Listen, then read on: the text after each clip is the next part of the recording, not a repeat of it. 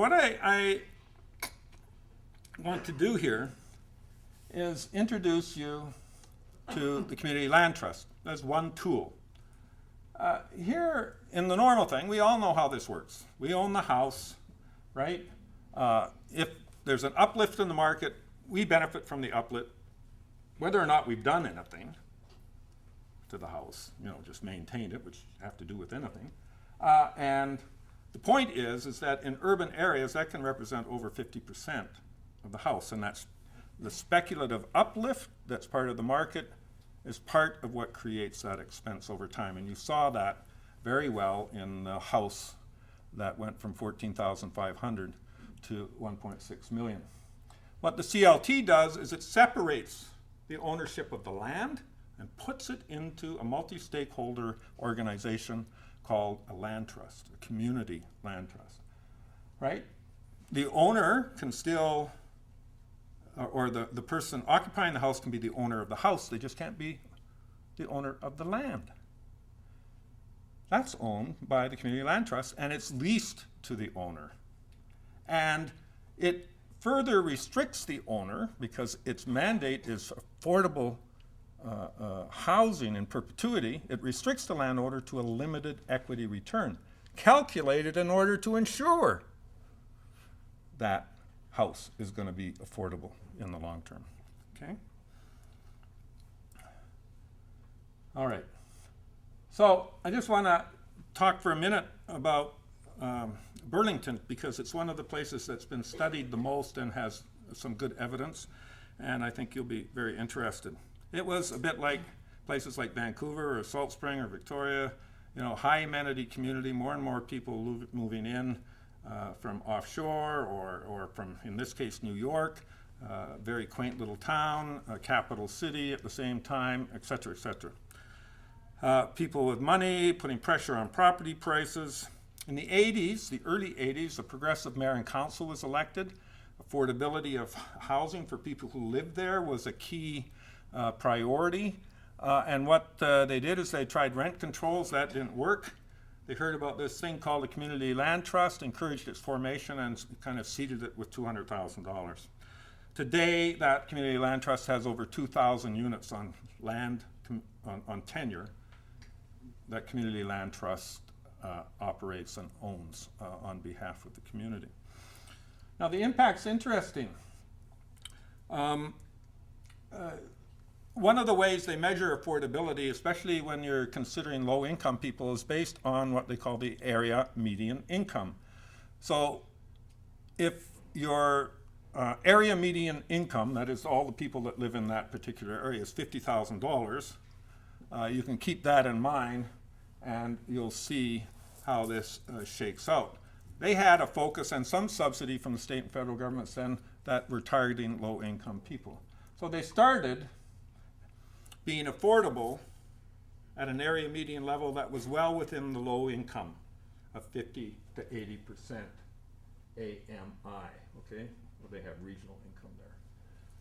Okay, so that's kind of, let's see, that's essentially means that somebody who had $30,500 could afford to live there, okay? Now look what happens over time. You go 18 years later, now where have you seen anywhere else where affordability increased? So a family that only made $28,000 could afford it all that time later, and if you go 25 years out, you had a family with only $20,500 that could afford it. Land out of the market, resale price linked to maintaining affordability over time. And there's a bunch of other things that happen. There's no transaction cost. You don't pay that 6% to a real estate time every time it goes over, Anyway, that gives you the idea. But it's also very interesting that it's a much more robust model on a much broader community basis as well. Here you see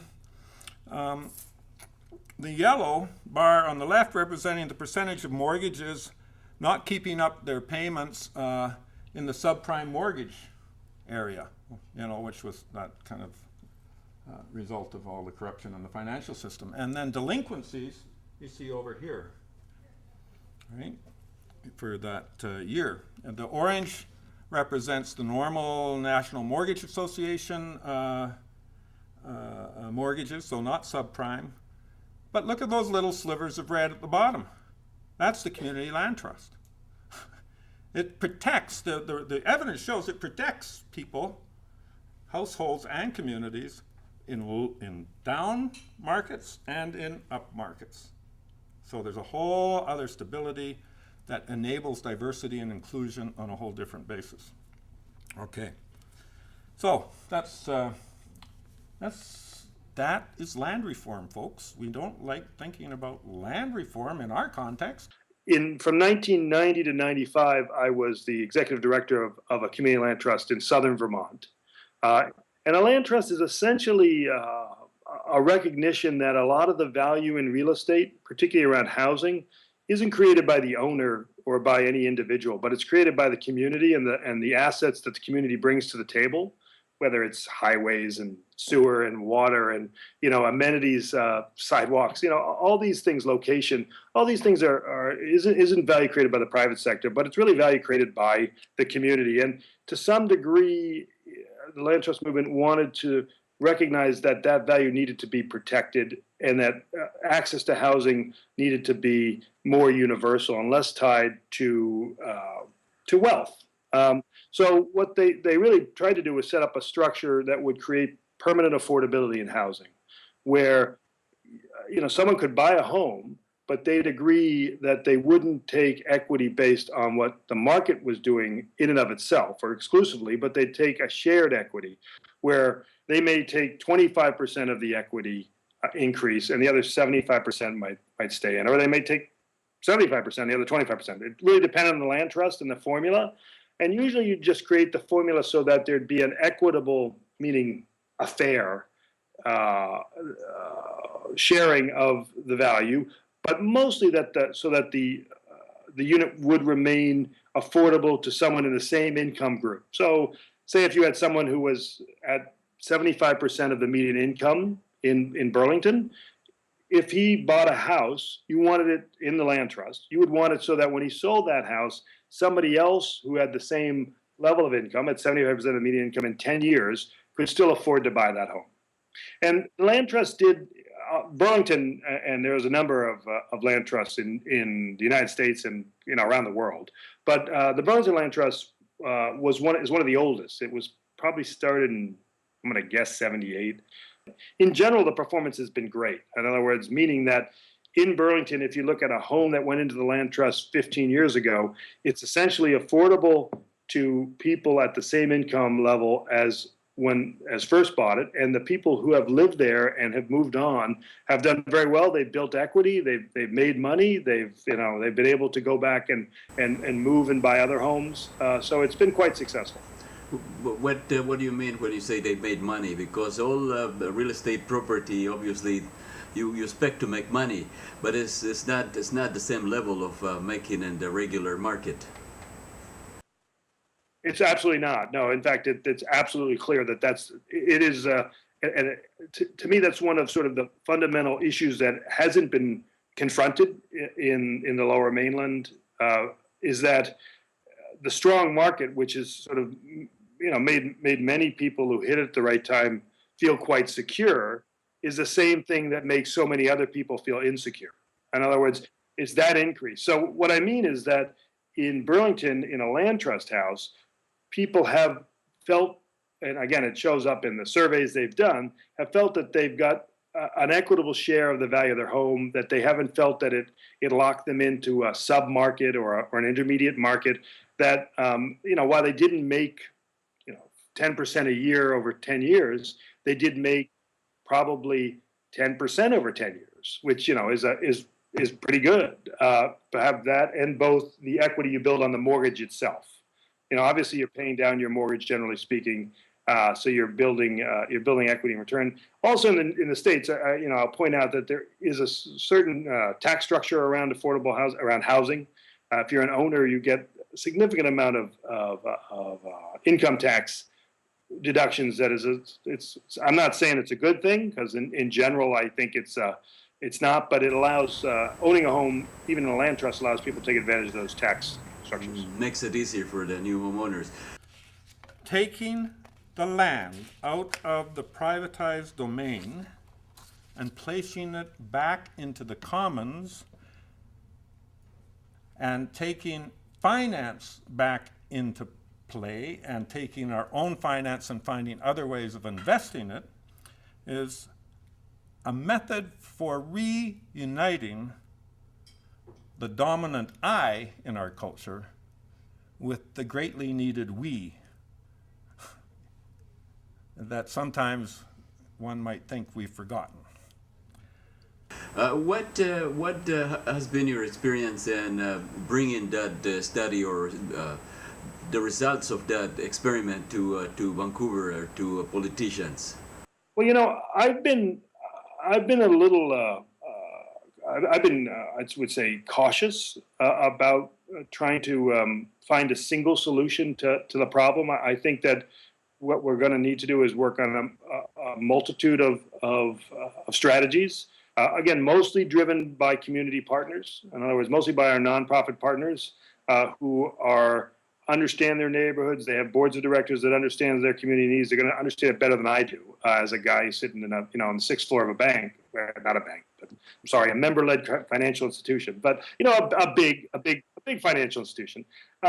So, I mean, what I'd say is that I think the land trust, or at least a structure around protecting affordability in single-family housing and ownership housing, is an important strategy. Whether it comes to a land trust, or it comes to a covenant, or it comes to a lot of, like Langford, the town of Langford, uses some covenants that protect affordability. The city of Vancouver does. What for instance, are those covenants? What do you mean? Well, I mean, my recollection of the covenants in Vancouver is that they essentially try to lock the subsidy that has been put into a unit of ownership housing. They try and make sure it stays there, and that the first person who sells it doesn't walk away with windfall. So, and Langford's done that too. And the problem, it's not so much a problem, but the opportunity is to really start sharing information across municipalities, to come up with best practices, to come up with simple documents, to educate the public about,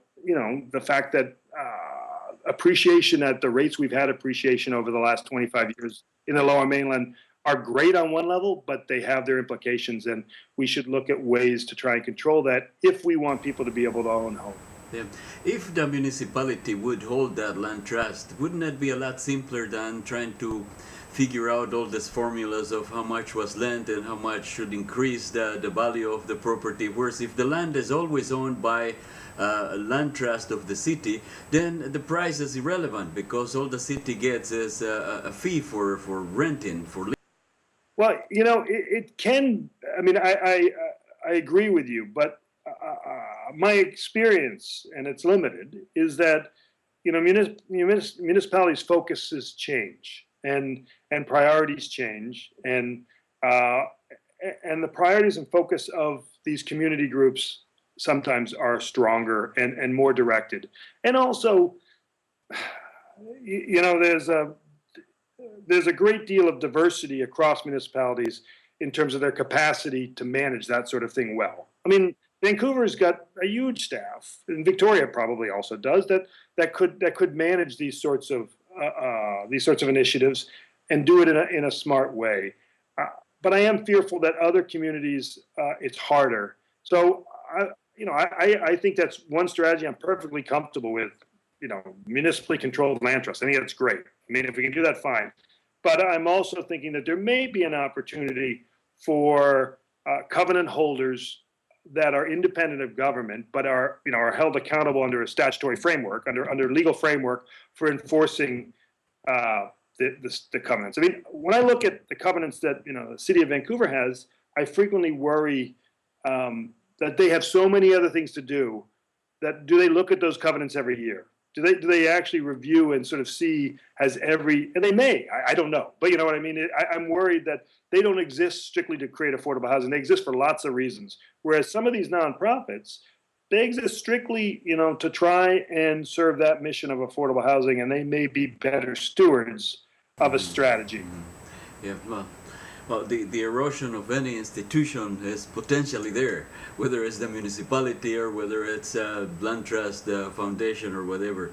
But I'm just looking at the simplest way. How it would be simpler than calculating 75%, 80%. What is the value now compared to 20 years ago? Whereas if there is no value to it, it's just owned by a land trust managed by the city, then it would be a lot simpler for the people and for the city hall to manage.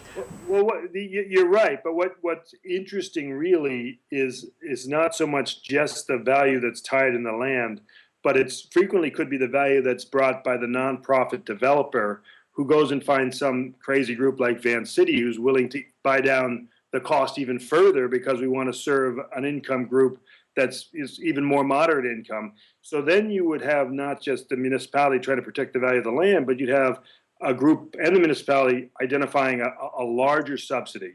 And you know, and that's really, because honestly, it's not just the land that's the issue in this affordability. It is in fact the whole market.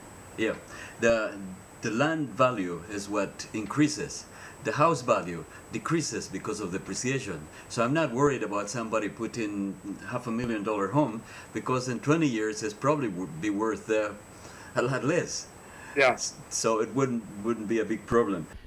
Thinking of housing, a lot of the current government officers, they think that private market should solve the problem. It's not, the government cannot solve it. It's the private market has to solve it. Well, and I think it's for all of us. So as I spoke earlier, Pacifica has very successful programs working with the private market sector on housing people. So we have a rent supplement program. We have a support staff that support people in the private market sector, which is our Streets to Homes project is a very successful, and the evaluation through that project is a community effort that we've worked with the coalition and all the partners in the coalition, and it's you know, it works, and it works very cost effectively. So I think it's important for that we need. There is not one solution, and there's not one cookie cutter solution that will create enough housing or opportunities for people. We need a variety. So we need the private market, we need the nonprofit providers, and we need, you know, all levels of government. We have to be creative and innovative and look at how can we address this issue together. So not, you know, just one way, one cookie cutter program isn't going to solve the problem. If the private market gets the subsidies from the government, how is the private market solving the problem? Well, that's a good issue, and I think income, you know, poverty is at the core of a lot of some of the housing issues. That, you know, if you think of what the shelter rate is in BC at $375. Is the shelter allowance and for anyone receiving BC benefits. Well, where in most of our communities could someone find housing for $375? So, you know, I think that's, you know, poverty is one of the, you know, is at the root of the issue. What would you say to the politicians that are running for office nowadays for BC in regards to housing? What would you suggest or recommend they do in order to increase the number of affordable housing? I understand that we're short of affordable housing. A lot of people are paying more than 50% of their income for rent or mortgage, and a lot of people don't even have a place to live. They're in the street. So what would you recommend to politicians to do? Well, I mean, again, I would be very hesitant to sort of start by saying, you know, hard recommendation. Well, you're an expert on housing, so you know they expect somebody who knows about housing and the affordability of it to tell them what to do. Well, I would like them to continue to focus on strengthening the delivery system in the community. To me, there's a lot of value that gets created from on the ground community groups like the CHFBC, like there's a number of groups in Victoria. They're all escaping my brain right now. When But, you you know, say there's- when you say strengthen their what do you mean? Give them more money? No, I mean work with them as their main partners. I don't necessarily really mean give them more money. I mean, say BC Housing has a big portfolio of properties, some of which are beautiful and fine, and some of which are not as beautiful and fine. Those properties need to be redeveloped and reinvested in.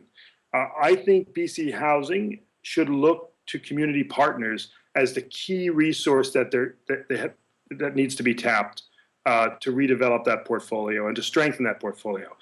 The value is going to come from areas that are unexpected.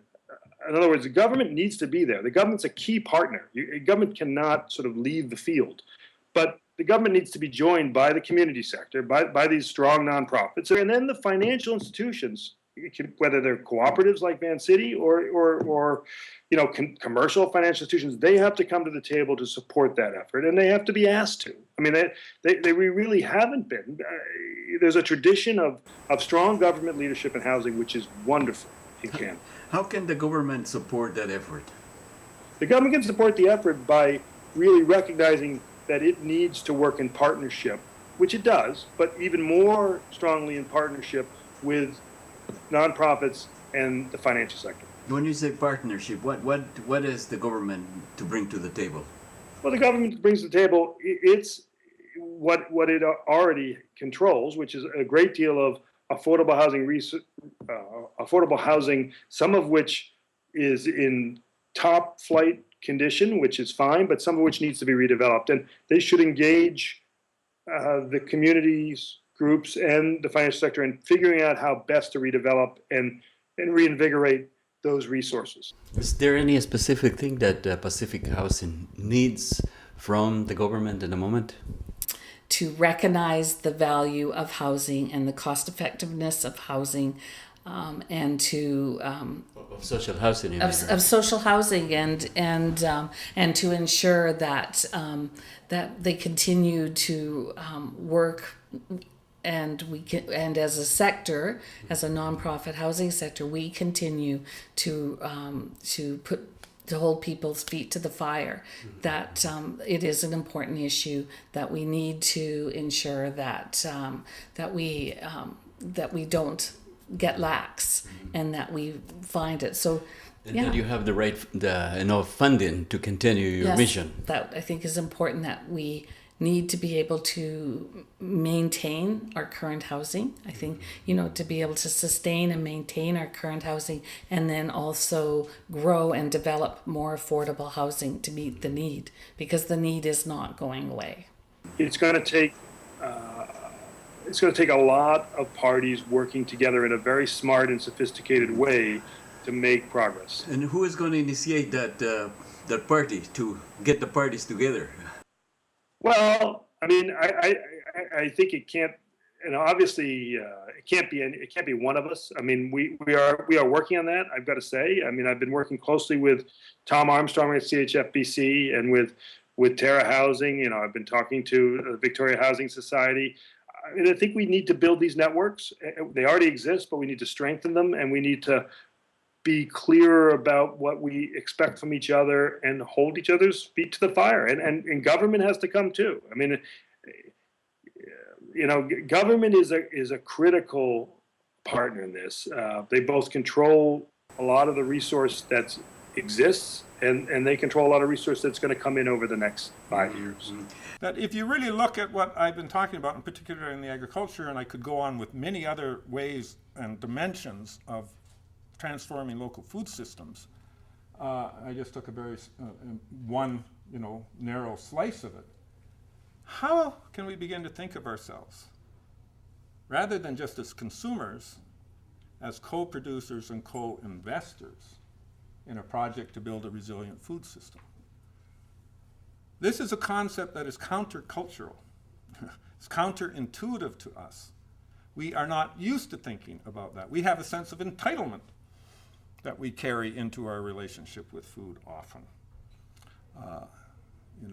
And that's a very hard shift for us to make. I'm not judging anybody because it's not easy for me or any of us, I think, to make this shift. But we can't do it alone. We have to do it together, right?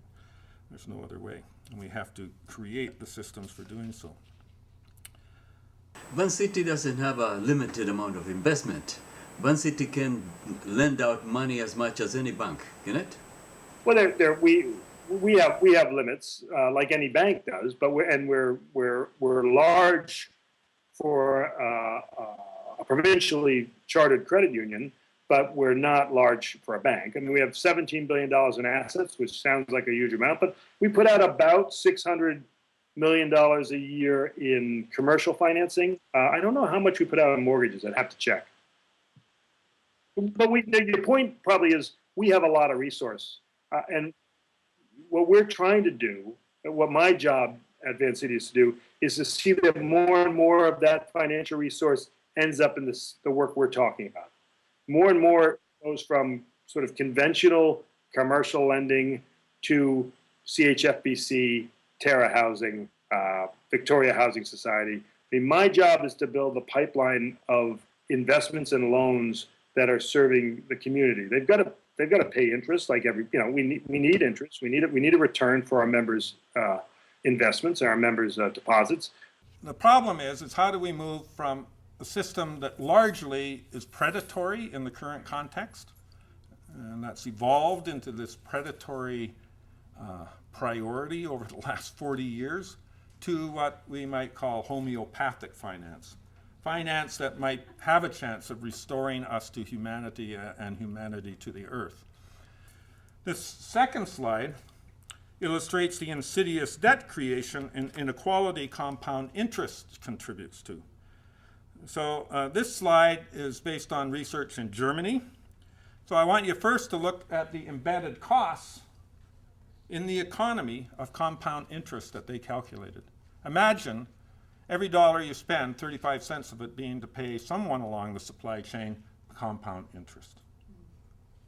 That is amazing.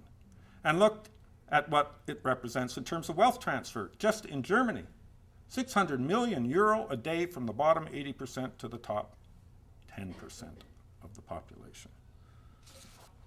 I'm going to I'm not going to go into the Jack Bank, Jack Cooperative Bank in Sweden in any detail, but it is counterpoint to compound interest. All of its financing is fee-based, right? So all they do is charge an administrative fee, and you combine that with their membership fee and so on and so forth. And if you put 10% down on the average house price in Canada, the mortgage would be $333,000, and that is how much interest would be saved based on the fact that the average interest rate has been just over 8% over the last 30 years. So if you were to look at that over 30 years, that is the interest saving on the mortgage alone. The difference between the Jack fee-based system and compound interest. Here you see